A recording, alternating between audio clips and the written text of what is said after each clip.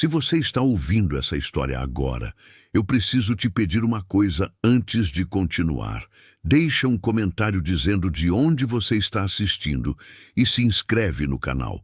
Pode parecer simples, mas para mim isso significa muito, porque foi contando minha história que eu encontrei forças para continuar. Meu nome é Teresa. Eu fiquei viúva, passei fome com meus 2 filhos e fui humilhada por muita gente que achava que eu nunca ia sair do fundo do poço. Mas um dia, alguém bateu na minha porta com uma notícia que mudou tudo. Eu herdei uma fazenda milionária. Só que o que eu encontrei naquela terra quase fez eu perder tudo outra vez. Fica comigo até o final, porque o que aconteceu depois dessa herança, ninguém poderia imaginar. O pedaço de pão estava na minha mão, e eu ainda não sabia o que fazer com ele. Não era grande coisa. Um canto de pão francês de ontem, já duro, já sem cheiro. Mas era o que tinha. Era tudo. E do outro lado da mesa, Pedro e Ana me olhavam com aquela cara que criança pequena tem quando tenta esconder que está com fome. A cara que aperta mais do que qualquer choro, porque eles sabiam que eu já sabia e ninguém queria falar em voz alta o que estava acontecendo naquela cozinha. Pedro, 9 anos, tentava parecer que não estava com fome. Fingia mexer numa figurinha velha que já não tinha mais nenhuma graça. Ana, 5 anos, ficava olhando para a minha mão. Nem para mim, para a minha mão, para o pão. Eu fiz a conta que toda mãe pobre já fez alguma vez. Aquela conta que não tem jeito de dar certo. Você some com o lápis e o papel e vai fazer na cabeça mesmo, porque o resultado dói menos assim. Se divide, não sacia ninguém. Se dá tudo para eles, você fica sem. Mas adulto aguenta. Criança não aguenta. Pelo menos é o que a gente se convence para conseguir passar o pedaço adiante sem sentir que está se matando aos poucos. Eu estava prestes a quebrar o pão ao meio e dar metade para cada um quando a porta bateu. 3 pancadas, firmes, do tipo que não pede licença, que não treme, que não hesita. Estranhei. Faz 11 dias que a luz foi cortada. Os amigos foram sumindo junto com ela. Primeiro pararam de ligar, depois pararam de aparecer, depois pararam de mandar mensagem. A casa virou uma ilha. E ilha não recebe visita assim, com batida forte de quem tem certeza que vai ser atendido. Abri a porta segurando o pão. Do lado de fora estava um homem de terno claro, pasta de couro na mão, gravata afrouxada por causa do calor. Ele me olhou por um segundo, conferindo alguma coisa na cabeça dele. Depois perguntou: "A senhora é Teresa Alves da Silva?" Senti o estômago fechar. Pergunta com esse tom quase sempre vem junto com problema. Cobrador, oficial de justiça, alguém querendo alguma coisa que eu não tenho.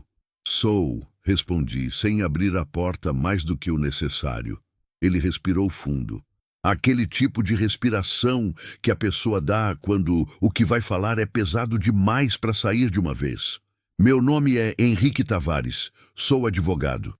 Preciso falar com a senhora sobre uma herança. Eu deixei ele entrar porque não soube o que mais fazer. Ele se sentou na cadeira que meu marido Renato usava antes de morrer, 2 anos e 4 meses atrás. Eu nunca consigo olhar muito tempo para aquela cadeira. Mas naquele dia eu estava olhando para o advogado, que abria a pasta com cuidado e organizava papéis em cima da toalha plástica da mesa como se fosse coisa normal. Pedro levou Ana para o quarto. Criança aprende cedo a sair quando adulto precisa conversar. Essa é uma das coisas que mais dói quando você é mãe. O dia que seus filhos aprendem isso. O senhor de quem está falando? Perguntei-me, sentando devagar. Do seu avô, dona Teresa, Antônio Pereira da Silva. Aquilo me atravessou de um jeito estranho. Meu avô Antônio, um homem que eu vi talvez 5, 6 vezes na vida. Rosto fechado, poucas palavras, jeito de quem carregava coisas que nunca ia contar para ninguém. Minha mãe dizia que ele era orgulhoso demais para pedir perdão e teimoso demais para esquecer as mágoas. Eles brigaram quando eu era pequena. Uma briga de família, do tipo que vai criando raiz embaixo da terra e ninguém mais sabe onde exatamente começou. Ele ficou lá no interior do Maranhão, no meio do nada, e a gente ficou aqui. Soube que ele morreu por uma ligação de um primo distante.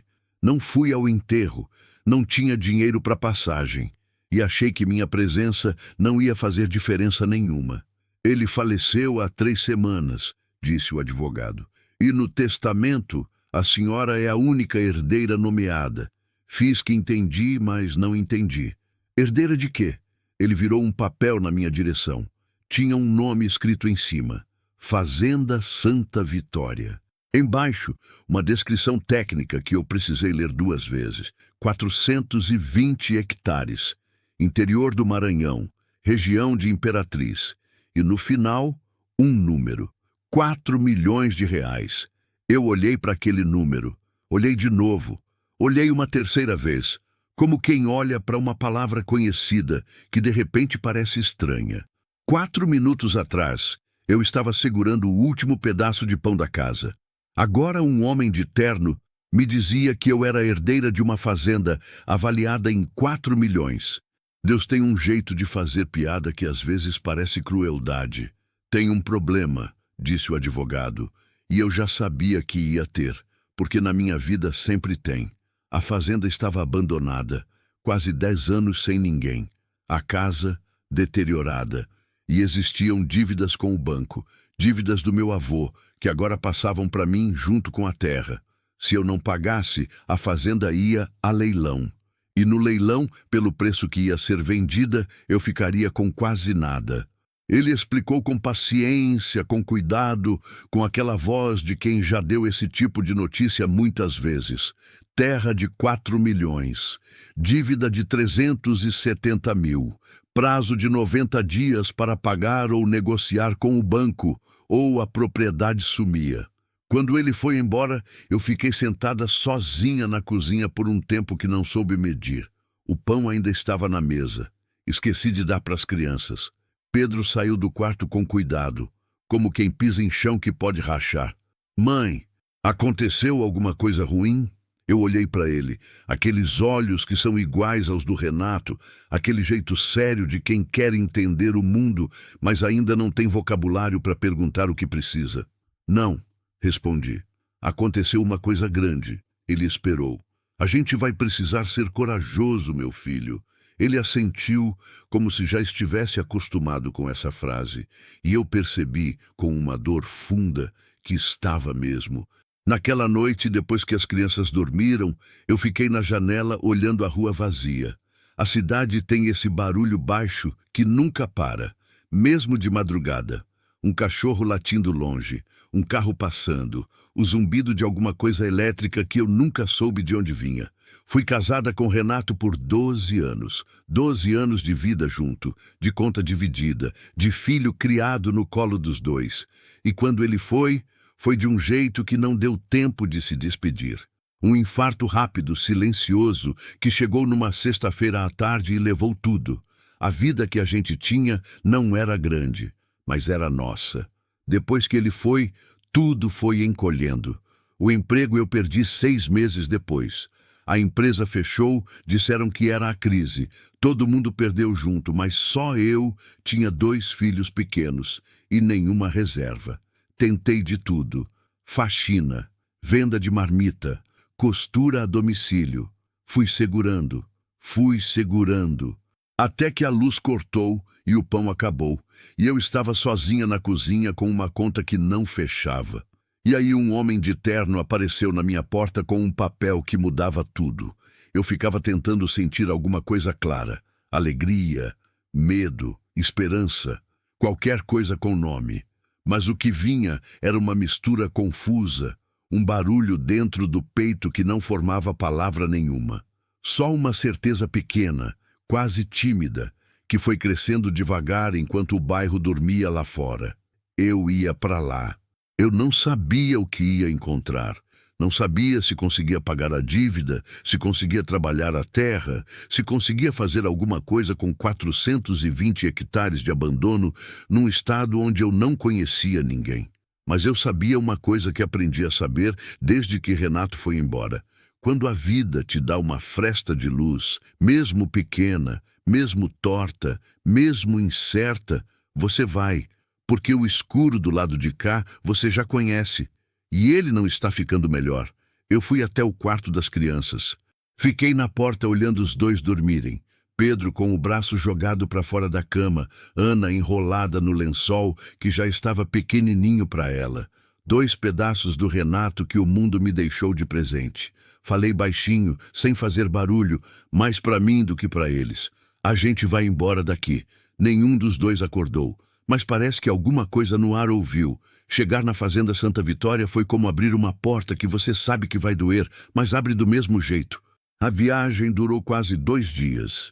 Peguei um ônibus noturno com as crianças, 2 malas grandes e uma sacola de lona que tinha as coisas mais importantes. Os documentos, a foto do Renato, um caderno onde eu anotava as contas. Pedro dormiu quase o tempo todo, com a cabeça no meu ombro, pesado do jeito que menino fica quando está crescendo depressa demais. Ana ficou acordada boa parte da noite, olhando pela janela o escuro da estrada, como se esperasse ver alguma coisa aparecer. De vez em quando ela perguntava, "Já chegou, mãe?" E eu respondia que não. E ela voltava a olhar o escuro, paciente do jeito que criança pequena é quando ainda acredita que tudo vai aparecer na hora certa. Quando o ônibus parou na cidade mais próxima, um lugar chamado São Benedito do Cerrado, com pouco mais de 4.000 habitantes e uma praça com uma igreja velha no meio, era 7 da manhã. O sol do Maranhão já estava de pé faz tempo. Aquele sol pesado, branco, que não aquece, que queima, que pousa na pele como uma mão que aperta. Um táxi me levou até a fazenda por um preço que eu achei caro, mas paguei sem reclamar, porque o advogado tinha me adiantado um dinheiro pequeno para cobrir os primeiros gastos. O motorista era um homem de poucos pelos e muitas histórias, daquele tipo que dirige olhando mais pelo espelho retrovisor do que pela estrada. Ele falou que conhecia o nome da Fazenda Santa Vitória, que o velho Antônio era figura conhecida na região, que a terra era boa, mas estava no abandono faz tempo, que tinha gente interessada naquelas terras, mas que o falecido nunca quis vender. O velho era teimoso, disse o motorista, como quem paga um elogio disfarçado de reclamação. Eu não respondi. Fiquei olhando pela janela. A estrada de terra vermelha ia se abrindo entre capoeiras e pastos secos, o céu imenso lá em cima sem uma nuvem, o calor tremendo no ar como se a paisagem inteira estivesse respirando com dificuldade. E então o táxi parou. "É aqui, dona." O portão estava de lado. Literalmente. Um dos ferros tinha saído do gancho e a estrutura inteira pendia para a esquerda como um homem cansado que desistiu de ficar em pé. A cerca ao redor estava quebrada em vários pontos.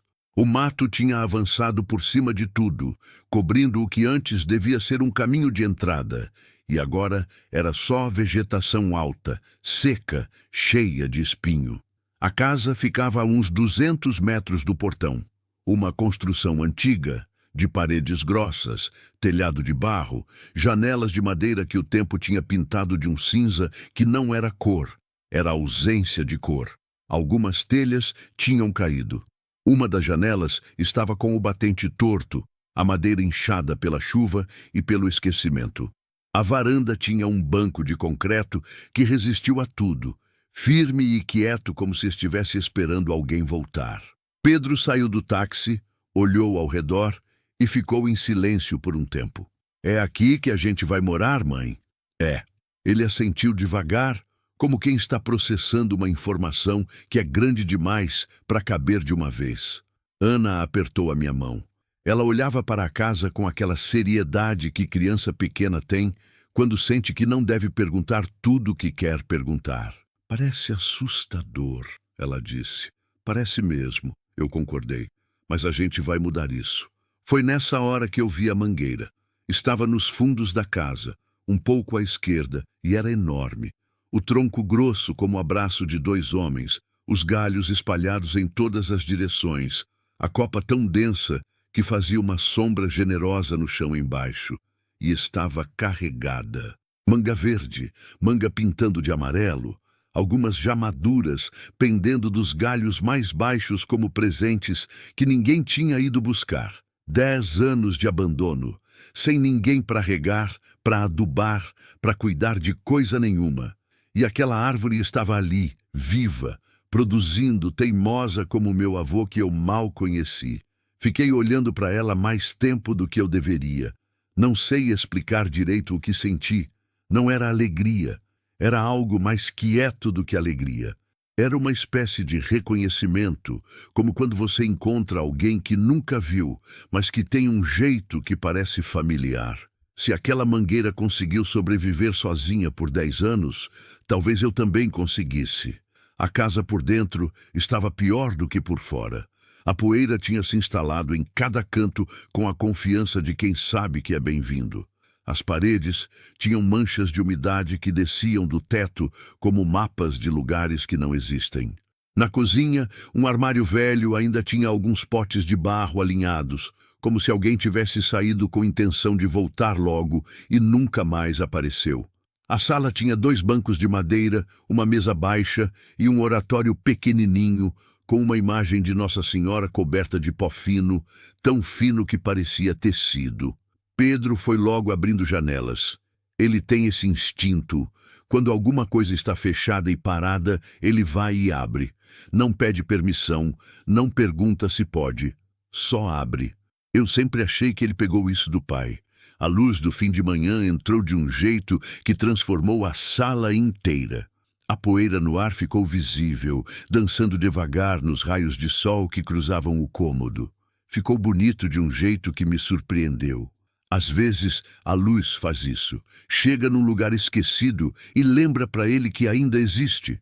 Passei a tarde limpando o que dava para limpar com o que eu tinha.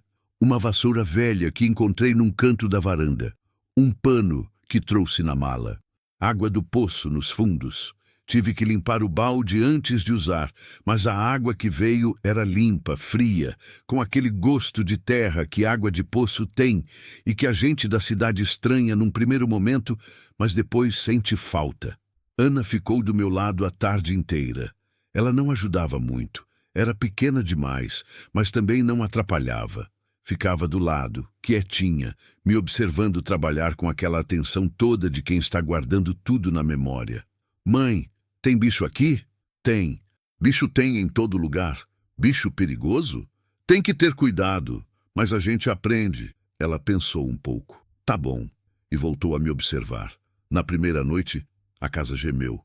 Não é exagero, ela gemeu de verdade. O vento bateu pelas frestas das janelas velhas. A madeira respondeu com aquele som de contração que madeira velha faz. E a casa inteira pareceu respirar ao redor da gente. Pedro ficou quieto no canto onde tinha armado uma espécie de cama improvisada com os cobertores. Ana veio para perto de mim, enroscou o corpo no meu e ficou assim, quente e pesada e cheirando a criança cansada. Eu não consegui dormir cedo. Fiquei deitada no escuro ouvindo a fazenda. O canto dos grilos era alto, constante, uma camada de som que enchia tudo. De vez em quando um sapo respondia de algum lugar mais longe. O vento trazia cheiro de terra seca, de mato, de alguma coisa que não sei nomear, mas que parece antiga. Um cheiro que não existe na cidade. Um cheiro que parece lembrete de que o mundo é muito maior do que a gente costuma ver. Pensei no Renato, faço isso toda noite, não tem jeito. Às vezes converso com ele na cabeça, naquele espaço quieto que fica entre o pensamento e o sonho. Contar para ele onde eu estava, o que estava vendo, o que estava sentindo, ele teria gostado da mangueira. Ele tinha esse amor por coisa que sobrevive contra tudo, por planta que brota em lugar inesperado, por bicho que insiste em existir onde parece que não tem espaço. A gente chegou, Renato. Não sei o que vai dar, mas a gente chegou. Na manhã seguinte, cedo, apareceu um homem na cerca. Velho, magro, chapéu de palha surrado na cabeça, camisa de manga comprida mesmo com o calor do Maranhão. Daquele jeito que homem do interior usa para se proteger do sol, não por moda. Ele ficou parado olhando sem falar nada por um tempo que me fez ficar na dúvida se devia ir até ele ou esperar. Fui até ele. Bom dia, eu disse. Bom dia. Ele respondeu, com aquela voz rouca de quem não usa muito. A senhora está brigando com a terra ou tentando trabalhar ela? Eu olhei para ele sem entender. Ele apontou para o jeito que eu tinha tentado mexer a enxada na hora que ele chegou. Eu estava tentando abrir um trecho do caminho da entrada, tirar o mato mais alto. Está fazendo tudo errado, ele disse. Não com maldade, com a naturalidade de quem comenta o tempo. Sou seu Jacinto, ele falou, sem estender a mão, mas com um aceno de cabeça que tinha o mesmo significado. Fui amigo do seu avô por 40 anos. Conheço cada palmo dessa terra. Me apresentei. Ele assentiu como se já soubesse quem eu era. Tenho 40 galinhas, ele disse. Posso te dar 10. Fiquei olhando para ele, tentando entender se tinha entendido certo. Como eu pago? Ele encolheu o ombro. Um gesto simples, desinteressado. Quando puder. Ou nunca. Seu avô gostaria. E foi assim, sem cerimônia, sem discurso, sem nada além de 10 galinhas e um homem velho que decidiu que eu merecia uma chance. Foi assim que a Fazenda Santa Vitória começou a viver de novo. As galinhas vieram na tarde do mesmo dia, num caixote de madeira que seu Jacinto trouxe na carrocinha, puxada por um burro velho e pachorrento. Pedro ajudou a soltar uma por uma. Ana ficou com medo de primeiro, depois quis pegar todas ao mesmo tempo. Eu olhei para o pequeno bando correndo pelo quintal, cutucando o chão, fazendo aquele barulho suave e constante de galinha satisfeita com espaço. E pensei numa coisa simples, daquelas que a gente só pensa quando está cansado o suficiente para parar de complicar tudo. Às vezes, recomeçar é isso. Não é um plano grande, não é uma certeza, não é uma garantia de nada. É 10 galinhas num quintal. É uma mangueira que não desistiu. É um vizinho velho que aparece na cerca sem ser chamado e oferece o que tem. É isso. E às vezes é suficiente para continuar. Tem uma coisa que a pobreza ensina que a riqueza nunca consegue apagar completamente. Você aprende a reconhecer quem aparece por você e quem aparece pelo que você tem. Aprendi isso cedo. Aprendi com minha mãe, que criou 4 filhos sozinha depois que meu pai foi embora, e que sempre dizia que na hora do aperto você descobre quem é quem. Aprendi com o Renato, que quando ficou doente pela primeira vez, uma coisa pequena, mas que assustou, viu alguns amigos sumindo e outros chegando mais perto. Aprendi com a minha própria vida, que foi me dando essa lição de formas diferentes, em horas diferentes, com pessoas diferentes, até que a lição entrou fundo demais para esquecer. Então, quando a notícia da fazenda começou a circular, e notícia em lugar pequeno, circula rápido, passa de boca em boca, como água em terra seca, eu já sabia o que ia vir. Sabia antes de ver o primeiro carro parar na frente do portão torto. Sabia antes de ouvir o primeiro nome que eu não ouvia faz anos. Sabia porque conheço a música. Só não sabia ainda quantas pessoas iam querer dançar. A primeira foi Célia, minha irmã mais velha.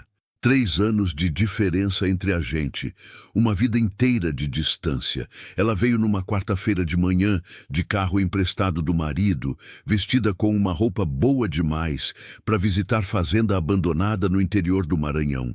Sorria antes de descer do carro, esse tipo de sorriso que a pessoa prepara no caminho, que está pronto antes de você ver a outra pessoa, que não reage a nada, porque não foi feito para reagir. Foi feito para impressionar. E o Teresa, que orgulho ver você aqui lutando assim. Ela me abraçou forte. Aquele abraço de quem não abraçou faz tempo e está tentando compensar com pressão o que falta em calor. Eu deixei, correspondi. Sou criada para corresponder a abraço, independente do que estou sentindo por dentro. Ela entrou na casa, olhou ao redor com um interesse que ela tentava disfarçar de preocupação, perguntou pelas crianças, elogiou a mangueira, disse que a casa tinha potencial, usou essa palavra, potencial, com um entusiasmo que me disse tudo antes que ela chegasse no assunto de verdade. E ela chegou. Demorou até o café da manhã, até o segundo copo. Você sabe que eu sempre te apoiei, né, Teresa? Eu disse que sabia. E que se eu pudesse ter ajudado mais quando o Renato foi, eu teria ajudado. Eu não disse nada. É que a vida da gente também não estava fácil. Você sabe como é. O Marcos com os problemas dele, as contas. Eu esperava. Mas agora que a situação melhorou para você, eu fico pensando que a família tem que se unir, né? Que a gente precisa se apoiar. Ela parou, me olhou, esperou. O que você está querendo, Célia? Ela franziu a testa, como quem se ofende com uma pergunta justa. Não é bem querer, Teresa. É só que essa fazenda é grande e a gente é família. Eu achei que talvez você pudesse me incluir de algum jeito. Uma parte pequena, nem precisa ser grande, só para eu ter uma segurança também. Fiz um silêncio que durou mais do que ela esperava. Quando o Renato morreu, eu disse devagar, sem raiva, só com clareza. Eu liguei para você pedindo R$ 200 para ajudar a fechar o mês. Pedro tinha acabado de ficar doente. Eu estava sem trabalho. A conta de água estava para cortar. Ela baixou o olho. Você disse que não podia. Que o Marcos tinha acabado de perder um contrato e vocês estavam apertados. Silêncio. Eu não guardo mágoa disso, Célia. A vida aperta todo mundo de jeito diferente e eu sei disso. Mas essa fazenda não tem nada a ver com família. Ela é minha porque meu avô quis assim. E o que eu faço com ela é decisão minha. Ela foi embora antes do almoço. O sorriso que veio de carro não voltou com ela. Marlene foi diferente. Marlene nunca foi de esconder o que quer. Cunhada do lado do Renato, casada com um irmão dele que eu ainda tenho respeito, mas que foi sumindo depois do velório como fumaça que o vento leva. Marlene apareceu 2 dias depois de Célia, de moto, com a filha adolescente na garupa, sem avisar, sem ligar antes. Ela entrou, olhou a casa, olhou o quintal, olhou a mangueira com uma expressão que misturava inveja com cálculo. Aquela mistura que fica no rosto de quem está fazendo conta enquanto sorri.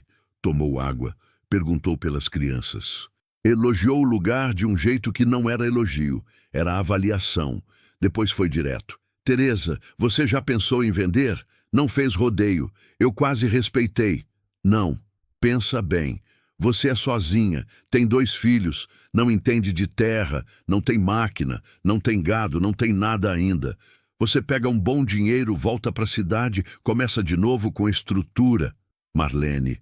É uma opção razoável, Teresa. Não tem nada de errado em... Marlene. Eu falei de novo, mais firme.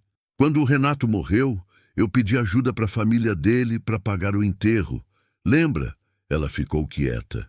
Você disse que não tinha como, que estava devendo em todo lugar, que sentia muito, mas não podia. A filha adolescente olhava para o chão. Eu entrei no cheque especial para enterrar o pai dos meus filhos. Paguei juros durante 8 meses. Marlene não disse nada. Então eu também não posso vender a fazenda. Levantei e fui até a porta. Abri. Boa viagem.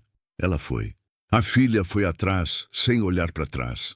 Fiquei na varanda depois que a moto sumiu na estrada de terra, levantando uma nuvenzinha vermelha de poeira.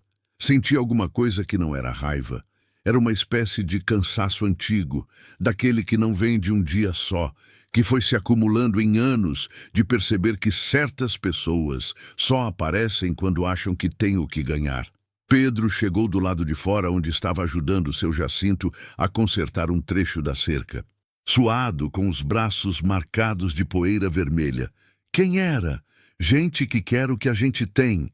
Ele pensou um segundo. A gente vai deixar? Não. Ele assentiu. Simples assim. Voltou para a cerca. Mas nem todo mundo que apareceu naqueles dias veio de mão estendida. Na sexta-feira da segunda semana, uma mulher chamada Dona Zefinha apareceu com uma panela de arroz com pique e um sorriso que não pedia nada. Era vizinha do lado oposto de seu Jacinto, viúva também, com uma roça pequena que ela tocava com a ajuda de um neto de 16 anos. Ela entrou, pôs a panela na mesa, sentou e começou a falar sobre a região, como quem está dando mapa a alguém que está aprendendo um território novo.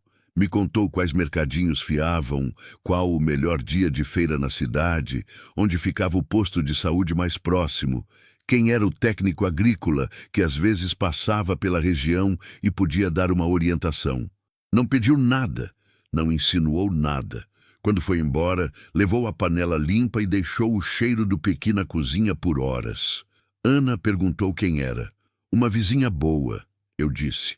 Como a gente sabe que ela é boa? Porque ela não veio querendo nada. Ana pensou nessa resposta por um tempo, mexendo os pés que não alcançavam o chão. Mãe, quando a gente não quer nada de uma pessoa, a gente é boa? Fui pega de surpresa. Criança pequena faz isso. Chega numa verdade pelo caminho mais inesperado. É um começo, respondi. Foi também nessa semana que Arnaldo Barreto apareceu pela primeira vez. Eu não sabia quem ele era. Soube depois, por seu Jacinto, que era o fazendeiro mais poderoso da região. Terra, gado, influência política na cidade, um sobrenome que abre porta e fecha processo. Um homem que tinha se acostumado a conseguir o que queria, porque raramente encontrava alguém que dissesse não de verdade. Ele chegou de caminhonete grande, nova, com um funcionário dirigindo. Desceu com calma, olhando a fazenda ao redor com aquele jeito de quem está vistoriando algo que já considera seu. Chapéu de couro, bota limpa, aperto de mão firme demais. Dona Teresa, que bom encontrá-la. Ouvi falar que estava por aqui. Ouvi falar, como se não tivesse mandado alguém ficar de olho. Ele foi simpático. Tomou o café que ofereci. A hospitalidade eu nunca neguei, independente de quem seja. E foi construindo a conversa aos poucos, como quem prepara terreno antes de plantar. Falou da região, das dificuldades, do quanto era difícil tocar terra sem experiência, sem recurso, sem conhecimento do lugar. E então fez a proposta. 800 mil reais, à vista. Hoje a senhora assina, amanhã o dinheiro está na conta. 800 mil. Por uma terra avaliada em 4 milhões. Eu fiz a conta rápida na cabeça. Ele estava me oferecendo 1/5 do valor real. Não, eu disse. Ele sorriu. Um sorriso que ficou só na boca. A senhora deveria pensar com calma. A dívida do banco não espera. E terra sem capital de giro não anda. Fica difícil. Eu agradeço a preocupação, respondi. Mas fica difícil, é vida que a gente já conhece. Ele se levantou devagar. Pegou o chapéu que tinha posto em cima da mesa. Vou estar por perto se a senhora mudar de ideia. Não vou mudar. Ele foi até a caminhonete. Abriu a porta. Parou. Me olhou de longe, com uma expressão que não era raiva ainda. Era aquela fase anterior à raiva, quando a pessoa ainda está processando que não vai conseguir o que quer, que a pessoa na frente dela é real, que o não é de verdade. Depois, entrou no carro e foi embora. Seu Jacinto estava encostado na cerca, um pouco mais longe, e tinha visto tudo. Quando a caminhonete sumiu, ele cuspiu no chão com uma objetividade que era quase filosófica. Ele vai voltar, disse o velho. Eu sei, com um argumento diferente. Eu sei. Ele me olhou por um segundo, com aqueles olhos pequenos e fundos de quem viveu tempo suficiente para ler gente antes de ouvi-la. Você tem a espinha do seu avô, ele disse, e voltou para o que estava fazendo. Aquilo valeu mais do que eu soube demonstrar na hora. Entrou quieto, ficou guardado. Meu avô, que eu mal conheci, mas que escolheu meu nome num testamento quando poderia ter escolhido qualquer outro. Meu avô, que plantou uma mangueira que sobreviveu 10 anos sozinha. Meu avô, que era teimoso o suficiente para não vender quando queriam comprar. Talvez eu tivesse herdado mais do que a terra. Naquela noite, depois que as crianças dormiram, sentei na varanda com um copo de água e fiquei ouvindo os grilos e olhando o céu imenso do Maranhão que não tem igual. Uma escuridão tão completa que as estrelas ficam sem concorrência e aparecem todas, até as pequenas, até as tímidas, até as que a cidade esconde com sua luz excessiva e ansiosa. Pensei em tudo que tinha acontecido naquela semana. os que vieram querendo, os que vieram oferecendo. O homem de chapéu que voltaria com argumento diferente. As galinhas dormindo no galinheiro que Pedro tinha ajudado a construir. A mangueira lá nos fundos, quieta e carregada no escuro. Pensei numa coisa que minha mãe dizia: Deus não manda prova sem mandar junto o que você precisa para passar. Eu nunca soube se acreditava nisso completamente. Mas naquela noite, olhando aquele céu que parecia maior do que qualquer problema que eu pudesse ter, eu decidi que ia agir como se acreditasse. Às vezes é isso que a gente pode fazer, agir como se acreditasse, até o dia em que acredita de verdade. Aprendi a ler o tempo aqui no Maranhão de um jeito que a cidade nunca me ensinou. Na cidade, chuva é inconveniente, é guarda-chuva que você esqueceu, é trânsito que piora, é calçada que alaga na frente do ônibus. A chuva da cidade é um problema logístico. Aqui não. Aqui a chuva é outra coisa inteiramente. Ela é personagem, ela tem intenção, ela chega com peso e vai embora deixando o mundo diferente do que encontrou. E antes de chegar, ela avisa. O céu muda de cor de um jeito específico. O vento para de repente como se fosse tomar fôlego. Os animais ficam quietos com aquela quietude tensa de quem sabe o que vem. Seu Jacinto tinha me ensinado a prestar atenção nesses sinais. A observar o horizonte lá para as 3 da tarde, quando o sol começa a perder a batalha para o peso da tarde. A sentir o cheiro que vem antes da chuva. Aquele cheiro de terra que acorda, de raiz que já sente a água antes de ela chegar. Na tarde de uma quinta-feira, quase um mês depois que tínhamos chegado, eu senti esse cheiro e olhei para o céu e soube que aquilo não era chuva comum. Era a tempestade que estava chegando. A de verdade. Começou pelo vento. Um vento que veio do nada, quente primeiro, depois frio, depois quente de novo. Esse vento confuso que a natureza manda quando está se organizando para fazer algo grande. As folhas da mangueira bateram todas juntas, num som que pareceu aplauso. As galinhas foram todas para o canto do galinheiro sem que ninguém mandasse. O céu ficou roxo do lado oeste, uma cor que não parecia natural, que parecia pintada por alguém que estava com pressa e usou tinta demais. Chamei as crianças para dentro. Fechei as janelas. A madeira velha das janelas reclamou de cada trinco, gemeu em cada dobradiça, mas fechou. A chuva veio às 5 da tarde com uma violência que me pegou despreparada, mesmo sabendo que estava chegando. Não foi chuva, foi queda. Uma queda de água contínua, pesada, que batia no telhado de barro com um barulho ensurdecedor e constante, como se alguém estivesse jogando pedras lá de cima sem parar. O trovão veio junto, não depois. Aquele tipo de trovão que você não ouve só com os ouvidos, que você sente no peito, nas solas dos pés, nos dentes. Ana veio correndo e enfiou o rosto no meu pescoço. Pedro ficou na janela olhando, com aquela mistura de medo e fascínio que menino tem diante de coisa grande e perigosa. "Mãe!" ele chamou. "Olha o telhado." Olhei. No canto da sala, perto da parede do fundo, uma mancha escura estava crescendo no teto. Devagar, como uma flor que não devia estar ali. A água estava passando pelas telhas velhas, encontrando os pontos onde o barro tinha trincado, e descendo. Peguei a bacia maior que tinha. Pus embaixo. A água pingou dentro com um som metálico, regular, que foi ficando mais rápido à medida que a chuva aumentava. Depois de 40 minutos, eu tinha 4 recipientes espalhados pela sala e pelo corredor. Baldes, panelas, uma bacia de plástico que Ana usava para brincar. O telhado estava cedendo em vários pontos ao mesmo tempo, cada um no seu ritmo. E o som de tudo junto era uma espécie de música descoordenada e ansiosa que enchia a casa. A estrada tinha virado lama. Eu sabia disso sem precisar olhar. Conhecia o tipo de chuva, conhecia o tipo de terra. Estava isolada. Sem carro, sem sinal de celular, porque o sinal aqui já era fraco em dia bom, e em dia de tempestade desaparecia completamente. Sem vizinho próximo, além de seu Jacinto que ficava a 6 quilômetros de estrada de terra, que agora era rio. Fiquei quieta por um momento no meio da sala, ouvindo a chuva e os pings dos recipientes e o trovão que não parava, e respirei fundo. Tá bom. O que precisa ser feito? Era o que o Renato fazia quando a coisa complicava. Ele parava, respirava, perguntava em voz alta, como se a pergunta em si já organizasse o pensamento.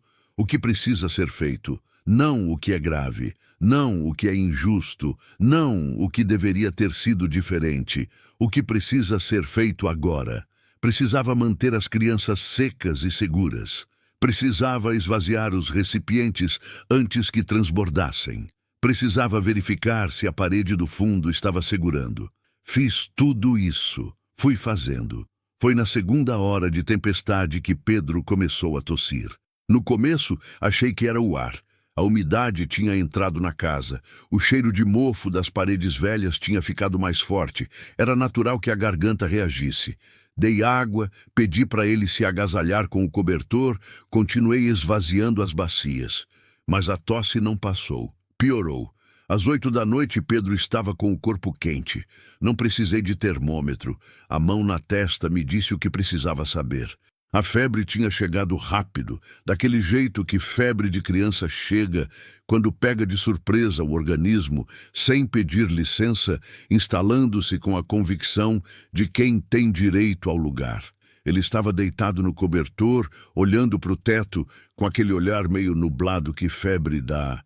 Ana estava do lado, séria, segurando a mão do irmão com as duas mãos dela, pequenas e apertadas. Vai melhorar, Pedro, ela disse, com uma voz que tentava ser firme e tremeu um pouco no final. Eu estava do outro lado, passando um pano úmido na testa dele, tentando calcular o que tinha e o que não tinha. Não tinha paracetamol. Tinha comprado na cidade na semana passada, mas tinha acabado depois de uma dor de cabeça minha. Tinha chá, camomila, erva cidreira que Dona Zefinha tinha me dado. Não tinha remédio de farmácia. A estrada estava impossível. O celular mostrava sem sinal. A chuva continuava. Aquele momento é o tipo de coisa que não tem como explicar para quem não viveu. É uma solidão específica, diferente de qualquer outra solidão. É a solidão de ser a única pessoa responsável por uma criança que está mal, sem recurso, sem ajuda, sem saída imediata. É um peso que não tem nome certo. Você não entra em pânico porque não pode, porque alguém precisa estar inteiro, e esse alguém é você, e então você fica inteiro por fora, enquanto por dentro alguma coisa aperta e não solta. Pensei no Renato com uma intensidade que não sentia faz tempo. Precisava de você agora, mas precisar de quem não está mais não adianta nada, e eu sabia disso melhor do que qualquer coisa. Então engoli o pensamento e voltei para o que precisava ser feito. Fiz o chá, forte, quente, adoçado com o resto de mel que tinha no armário. Ajudei Pedro a tomar aos poucos. Continuei com o pano na testa. Fiquei do lado sem dormir, contando o tempo entre um trovão e outro, observando se a febre estava subindo ou segurando. Ana acabou dormindo encostada na parede, ainda segurando a mão do irmão. Soltou devagar quando o sono ficou mais fundo. Eu fiquei acordada. Seu Jacinto chegou às 6 da manhã. A chuva tinha diminuído de madrugada e parado de vez perto das 4. A estrada ainda estava um lamaçal, mas o velho tinha andado mesmo assim, 6 quilômetros de barro, com a calça arregaçada até o joelho, carregando uma sacola de pano. Quando ouvi o barulho na varanda e abri a porta, ele estava ali. Encharcado até a cintura, o chapéu escorrendo, a sacola protegida debaixo do braço com cuidado de quem protege coisa importante. Me olhou por um segundo, avaliou minha cara de noite sem dormir, olhou para dentro da casa. O menino, febre, passou a noite mal. Ele entrou, foi direto até onde Pedro estava. Abaixou devagar, aquela lentidão de corpo velho que carrega muitos anos, e pôs a mão na testa da criança com uma delicadeza que me surpreendeu naquelas mãos grossas e calejadas. Abriu a sacola, tirou paracetamol, mel, um vidro de própolis, um maço de ervas que eu não reconheci, mas que cheiravam forte e limpo. Como você sabia? Perguntei. Não sabia. Ele organizou as coisas ao lado do menino. Mas a tempestade foi grande, a casa é velha, criança é criança. Vim ver. 6 quilômetros de barro, sem ser chamado, sem saber ao certo o que ia encontrar. Só porque a tempestade foi grande e a casa é velha, e criança é criança. Tive que virar o rosto para outro lado por um momento. Não queria chorar na frente dele, não por orgulho, por respeito. Aquele homem tinha andado 6 quilômetros na lama de madrugada e não precisava de lágrima minha como resposta. Precisava de café, que foi o que fui fazer. Pedro tomou o remédio e dormiu um sono longo e quieto, que foi a coisa mais bonita que vi naqueles dias. A febre quebrou no meio da manhã. Quando ele acordou, estava fraco, mas lúcido, com aquele olhar limpo de quem passou pelo fundo e voltou. Seu Jacinto, ele chamou com a voz rouca. O velho estava sentado no banco da sala, tomando café. Tô aqui? O senhor veio na chuva? Vim depois. Na lama. Pedro processou isso. Por quê? Seu Jacinto tomou um gole de café. Ficou um instante em silêncio, como quem procura a resposta certa num lugar onde as respostas não vêm rápido. Porque é o que se faz, ele disse por fim. E foi suficiente. Pedro assentiu como se tivesse entendido algo importante sobre o mundo, e talvez tivesse. Naquele dia, enquanto o sol voltava e a terra começava a soltar aquele vapor que a terra molhada solta quando o calor chega, fui ver o estrago do telhado com seu Jacinto. Era sério. 4 pontos com telhas quebradas ou deslocadas. Um deles grande o suficiente para deixar passar água com facilidade na próxima chuva. Ia precisar de telha nova, de mão de obra, de dinheiro que eu ainda estava guardando para abater a dívida do banco. Fiquei na frente da casa olhando para o telhado por um tempo. Quanto vai custar? Perguntei. Seu Jacinto fez o cálculo na cabeça, com aquela precisão de quem construiu e reconstruiu coisa a vida inteira. Telha, uns R$ 300. Mão de obra.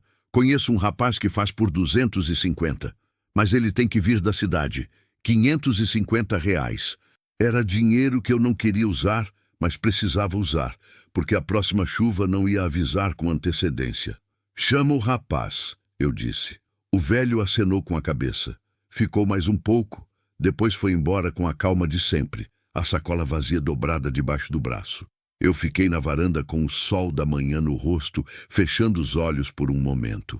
O cheiro de terra molhada estava em tudo, na roupa, no ar, no chão, nas paredes. Um cheiro que a chuva deixa como assinatura, como prova de que esteve ali e mudou alguma coisa. Pensei nos meses que tinham passado, no pão que estava na minha mão quando o advogado bateu na porta, na viagem de ônibus com as crianças dormindo, no portão torto e no mato alto e na mangueira carregada, nas pessoas que vieram querendo, no fazendeiro de chapéu de couro que voltaria com argumento diferente e que de fato tinha mandado um recado pela cidade, soube por Dona Zefinha, dizendo que a dívida do banco ia me engolir antes do fim do ano. Pensei no processo que o advogado Henrique tinha me avisado que podia vir. Barreto estava consultando pessoas, procurando alguma irregularidade no testamento, alguma brecha que pudesse usar. Tinha muita coisa pesada chegando ao mesmo tempo. Mas naquele momento, com o sol voltando e Pedro dormindo com febre quebrada e seu Jacinto já sumido na estrada de terra com sua sacola vazia, eu senti uma coisa que levei um tempo para identificar porque não estava acostumada com ela. Era firmeza, não era coragem. Coragem eu sempre achei que era coisa de quem não tem medo. E eu tinha medo. Tinha medo da dívida, do processo, da próxima tempestade, de não conseguir, de estragar a chance que meu avô tinha me dado com tanta confiança silenciosa. Mas firmeza é diferente de coragem. Firmeza é quando você tem medo e fica de pé mesmo assim. É quando você olha para tudo que está vindo e diz, não em voz alta, só por dentro, numa parte quieta e decidida de você, que não vai ceder. Meu avô plantou uma mangueira que sobreviveu 10 anos sozinha. Eu tinha sobrevivido 2 anos sem ele, sem o Renato, sem quase nada. A fazenda ia ficar comigo, e quem quisesse tirar ia ter que me tirar junto. Existe um tipo de manhã no interior do Maranhão que parece que o mundo parou só para respirar. Não tem barulho de motor, não tem pressa de ninguém, não tem aquele ruído de fundo constante que a cidade produz, como se tivesse medo do silêncio. Tem o canto do João de Barro lá na cerca, tem o vento passando devagar nas folhas da mangueira. Tem o cheiro de terra que o sereno da noite deixou como presente antes de evaporar com o calor da manhã. O céu fica daquele azul que não parece real, fundo demais, limpo demais, como pintura de alguém que exagerou na cor, porque nunca viu coisa assim e não acreditou que era possível ser tão azul. Nessas manhãs, eu saía cedo, antes das crianças acordarem, e ficava na varanda com o café. Não pensava em nada específico, só ficava. Olhava a fazenda acordando, as galinhas saindo do galinheiro uma por uma, o pasto lá no fundo onde o capim estava crescendo de novo depois das chuvas, a mangueira imensa e quieta que havia se tornado a coisa mais constante da minha vida naquele lugar. Ficava até sentir que estava pronta para encarar o dia. Foi numa dessas manhãs, 3 meses depois da tempestade, que o dia mais pesado chegou. O advogado Henrique ligou antes das 8. Eu tinha sinal naquele dia, coisa rara, mas acontecia quando o vento estava certo e a antena da cidade conseguia alcançar. Ele falou sem rodeio, porque aprendera que eu preferia assim. Dona Teresa, o Barreto entrou com o processo. Eu continuei segurando o copo de café. Esperava isso. Sabia que ia vir. Mas saber que algo vai acontecer não tira o peso quando acontece. Só te deixa de pé quando o peso chega, que já é alguma coisa. O que ele alega? Que parte da terra, uns 80 hectares na divisa leste, pertencia originalmente à família dele. Que seu avô teria adquirido de forma irregular nos anos 80. Ele tem documentos. Não sei ainda se são legítimos ou manipulados, mas tem. E o banco? Uma pausa pequena. O prazo foi prorrogado por mais 60 dias. Consegui negociar. Mas depois disso, Dona Teresa, se não tiver um pagamento parcial substancial, eles executam a dívida. Fiquei em silêncio por um momento. Quanto precisa ser o pagamento parcial? Pelo menos R$ 80.000. Eu não tinha R$ 80.000. Tinha as galinhas, tinha a horta pequena que Ana ajudava a cuidar, tinha algumas dúzias de ovos que vendia na feira de São Benedito toda semana, tinha um começo de plantação de milho que seu Jacinto estava me ajudando a tocar. Tinha a promessa de uma colheita que ainda não tinha chegado e que podia não ser suficiente. Não tinha R$ 80.000. Vou pensar, disse. Dona Teresa, ele falou devagar. Eu preciso ser honesto. A situação está difícil. O Barreto tem dinheiro, tem advogado bom, tem influência no cartório da cidade. Não estou dizendo que você vai perder. Estou dizendo que vai ser uma luta longa e cara e que você vai precisar de ajuda. Desliguei. Fiquei olhando o horizonte. As galinhas continuavam ciscando no quintal como se nada tivesse acontecido. Contei para seu Jacinto naquela tarde. Ele ouviu tudo sentado no banco da varanda, o chapéu nas mãos, os olhos no chão. Quando terminei, ficou em silêncio por um tempo que eu já sabia respeitar. O velho pensava devagar e pensava certo, e apressar era estragar. Os 80 hectares que ele quer, ele disse por fim, são os que ficam na divisa com a fazenda dele? São. Seu avô comprou aquilo de um homem chamado Benedito Luz em 1983. Eu estava presente. Ele levantou os olhos para mim. Fui testemunha do acordo. Tem um cartório velho na cidade de Açailândia que registrou. Fechou faz 15 anos, mas o cartório que absorveu o arquivo ainda existe. Fiquei olhando para ele. Você nunca falou isso. Você nunca perguntou. E eu não sabia que ia precisar. Aquele homem velho e quieto carregava dentro dele uma prova que podia mudar tudo, guardada com o mesmo cuidado com que guardava qualquer outra memória importante, sem alarde, sem urgência, esperando a hora de ser útil. Não precisa ligar para o seu advogado, ele disse, levantando devagar. Seu Jacinto, ele parou. Por que o senhor faz tudo isso por mim? Ele ficou de costas por um momento, depois virou. Me olhou com aquela expressão que eu tinha aprendido a ler. Não era afeto no sentido que a cidade entende afeto. Não era emoção que aparece no rosto. Era algo mais sólido, mais velho, mais enraizado. Seu avô me ajudou quando eu não tinha nada. Ele disse: minha mulher estava doente. Minha roça tinha perdido a colheita. Eu não sabia o que ia fazer. Ele apareceu na minha porta com um saco de farinha e um de arroz e disse que ia ficar devendo a ele quando eu pudesse. Nunca cobrou. Uma pausa. Estou pagando uma dívida que nunca venceu. Ele foi embora. Eu fiquei na varanda com aquilo dentro do peito. Aquela coisa que não cabe em palavra fácil. A percepção de que o bem que a gente faz não morre quando a gente morre. Que ele continua andando pelo mundo nas mãos de outras pessoas, chegando em lugares que a gente nunca vai conhecer, salvando situações que a gente nunca vai ver. Meu avô tinha dado um saco de farinha e um de arroz. E aquilo estava, 40 anos depois, salvando a fazenda que ele me deixou. As semanas que se seguiram foram as mais pesadas que vivi naquela terra. O advogado foi até a Ceilândia. Encontrou o registro. Era legítimo, datado, assinado, com testemunhas. A compra do meu avô era completamente regular, e os documentos que Barreto apresentava tinham inconsistências que um perito conseguiria identificar. Mas processo não é só prova. Processo é tempo, é dinheiro, é desgaste. Barreto sabia disso. A estratégia dele não era necessariamente ganhar, era cansar. Era fazer eu gastar o que não tinha em advogado, perder o prazo do banco, ver a fazenda ir a leilão e então aparecer para comprar por uma fração do valor real. Era uma estratégia fria, calculada e que funcionava com muita gente porque a maioria das pessoas não tem fôlego para resistir. Mas alguma coisa aconteceu que Barreto não calculou.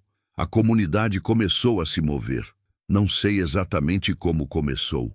Talvez seu Jacinto tenha falado com alguém. Talvez Dona Zefinha, que tinha língua comprida no bom sentido, o sentido de quem espalha o que importa. Talvez fosse só a natureza de lugar pequeno, onde a injustiça tem cara e nome e vizinhança. Seu Geraldo, que tinha um mercadinho na cidade e conhecia meu avô de décadas, apareceu com um caderno velho, cheio de registros de compras. O avô tinha comprado ali por 40 anos. Endereço de fazenda identificado, data a data, prova indireta mas consistente de posse e uso contínuo da terra. 3 moradores mais velhos foram ao cartório da cidade assinar declarações, confirmando que sempre conheceram aquela terra como terra do velho Antônio e de mais ninguém. O técnico agrícola que passava pela região, um rapaz chamado Edilson, que eu tinha conhecido numa das feiras, foi até a fazenda, andou os limites com seu Jacinto e fez um laudo informal, mas detalhado sobre o uso e a ocupação do terreno. Não eram grandes gestos. Eram gestos pequenos, cada um com o peso específico de quem não tem muito a oferecer, mas oferece o que tem. E juntos, aqueles gestos pequenos formaram uma coisa que eu não esperava ter. Uma defesa coletiva, silenciosa e firme, feita por gente que não me devia nada, mas decidiu que o certo era o certo. Henrique ligou numa tarde de sol forte para me dizer que o processo estava enfraquecendo, que o juiz tinha solicitado perícia nos documentos de Barreto, que a prova do registro em Açailândia era sólida, que havia possibilidade real de encerramento favorável antes mesmo do julgamento final. Eu estava no quintal quando recebi essa ligação, com os pés descalços na terra vermelha, as galinhas ao redor, o sol queimando os ombros. Não gritei, não pulei, não chorei. Fiz o que faço quando alguma coisa importante acontece. Fiquei quieta por um momento, respirei fundo e agradeci em silêncio para alguma coisa que não sei nomear direito, mas que sinto que existe. O dinheiro para o banco veio de um jeito que eu não esperava. A colheita do milho foi boa, melhor do que eu tinha projetado, melhor do que seu Jacinto tinha prometido. E o velho era conservador nas promessas. Então, quando a realidade superou, foi por margem considerável. Vendi parte direto para um intermediário que Edilson me apresentou, parte na feira, parte para uma cooperativa pequena que estava se formando na região. Não deu 80 mil reais, deu 43 mil. Mas Henrique negociou com o banco, apresentou o andamento favorável do processo, a produção da fazenda, um plano de pagamento que mostrava viabilidade. O banco aceitou os 43 mil como entrada e renegociou o restante em parcelas que eu conseguia honrar. Na tarde em que assinei o acordo com o banco, sentei na varanda e fiquei olhando a fazenda por um tempo longo. Pedro veio sentar do lado. Ele tinha crescido naqueles meses de um jeito que só a terra faz com criança, não só em altura, mas em jeito, em presença, em olhar. Tinha aprendido a trabalhar sem reclamar, a observar antes de agir, a respeitar o ritmo das coisas que não podem ser apressadas. Estava diferente do menino que fingia não ter fome naquela cozinha pequena da cidade. "Mãe", ele disse, "a fazenda é nossa de verdade agora?" "Está sendo. Ainda tem caminho." Ele ficou em silêncio por um momento, olhando o pasto, as árvores, a linha do horizonte lá longe, onde a terra encontra o céu. "Eu gosto daqui", ele disse simplesmente. Aquilo me atravessou de um jeito que não esperava. Não foi o que ele disse. Foi o como, sem drama, sem exagero, a simplicidade honesta de uma criança que encontrou um lugar onde se sente em casa e tem clareza suficiente para saber disso. "Eu também", respondi. Ana saiu pela porta da frente correndo, atravessou o quintal na direção da mangueira, parou embaixo dela e começou a tentar alcançar uma manga baixa com os braços esticados. Não alcançava. Tentava de novo. Não alcançava. Tentava de novo com toda a teimosia de 5 anos, que virou 6 naquele lugar, com bolo feito com manga da própria árvore e com Dona Zefinha cantando parabéns com aquela voz rouca e afinada de mulher que canta desde sempre. Levantei, fui até ela, peguei a manga, dei na mão dela. Ela mordeu sem lavar, do jeito que criança faz quando está com pressa de sentir o gosto. O suco escorreu pelo queixo. Ela nem ligou. Fiquei olhando para ela por um momento. Depois olhei para a árvore, para o tronco grosso, para os galhos espalhados, para a copa densa que fazia sombra generosa no chão. 10 anos sozinha, 10 anos sem ninguém. E ali estava, mais viva do que muita coisa que teve gente cuidando. Pensei no meu avô, que plantou essa árvore em alguma tarde que eu nunca vou conhecer, com mãos que eu mal lembro, em terra que ele sabia que um dia ia passar para frente. Pensei no caderno que tinha encontrado no armário velho, com a letra miúda e firme dele, e na página onde ele escreveu meu nome, não com saudade, não com arrependimento, mas com aquela confiança silenciosa de quem apostou numa pessoa e quis registrar a aposta. A terra não pertence a quem tem dinheiro. Pertence a quem tem coragem de cuidar dela. Fui até o quarto, peguei o caderno do armário. Tinha colocado de volta no mesmo lugar onde encontrei, porque parecia que pertencia ali. Sentei na beira da cama e abri numa página em branco que vinha depois de tudo que ele tinha escrito. Peguei o lápis, escrevi devagar. Avô, recebi a terra. Entendi o recado. Vou cuidar. Fechei o caderno. Fiquei um momento com ele no colo. Depois levantei. Naquela noite, seu Jacinto jantou conosco pela primeira vez. Não foi combinado. Ele apareceu na hora que o sol estava descendo, com um pedaço de carne de sol que trouxe embrulhado num pano. E Dona Zefinha, que tinha chegado mais cedo para ajudar com a horta, foi ficando também, e de algum jeito foi acontecendo, sem planejamento, sem cerimônia, a coisa mais natural do mundo. Eu friei a carne. Dona Zefinha fez o arroz e o feijão. Pedro descascou a mandioca que tínhamos colhido na semana passada. Ana pôs os pratos na mesa com aquela seriedade de responsabilidade nova que ela tinha descoberto que gostava de ter. Sentamos, todos juntos naquela mesa de madeira velha que tinha vindo com a casa, naquela cozinha que eu tinha limpado com um pano e força de braço no primeiro dia, sob a luz amarela do único abajur que funcionava. Seu Jacinto não fez discurso.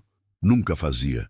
Só olhou ao redor da mesa uma vez, devagar, e assentiu com a cabeça, com aquele gesto que para ele significava tudo que tinha a ser dito. Comemos. Falamos de coisas simples. Edilson tinha dito que a cooperativa ia crescer no ano seguinte. Dona Zefinha estava pensando em plantar açaí nos fundos da roça dela. Pedro queria aprender a andar a cavalo. Seu Jacinto disse que tinha um animal velho e manso que servia para aprender. Disse sem prometer nem recusar, daquele jeito que significa sim, sem precisar da palavra. Ana dormiu na cadeira antes do fim da janta, com a cabeça caindo devagar para o lado, resistindo ao sono com aquela teimosia de quem não quer perder nada. Pedro a pegou no colo e levou para o quarto com uma gentileza que me parou o coração por um segundo. Aquele menino que fingia não ter fome estava carregando a irmã pequena, com cuidado de quem aprendeu que as coisas frágeis merecem atenção.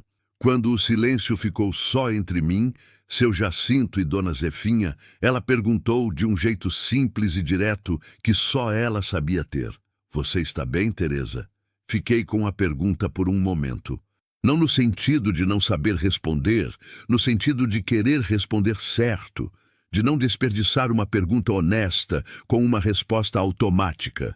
Estava com uma dívida ainda sendo paga. Estava com um processo que ainda não tinha terminado completamente.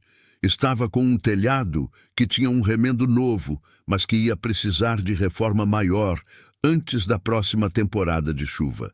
Estava sozinha no sentido de não ter companheiro, de ir dormir todo dia num lado só da cama, de ter conversas que eu só consigo ter na cabeça com um homem que não está mais aqui. Mas estava com terra embaixo dos pés. Estava com duas crianças que estavam crescendo com saúde e com raiz. Estava com um vizinho velho que andava 6 quilômetros na lama quando precisava e não pedia nada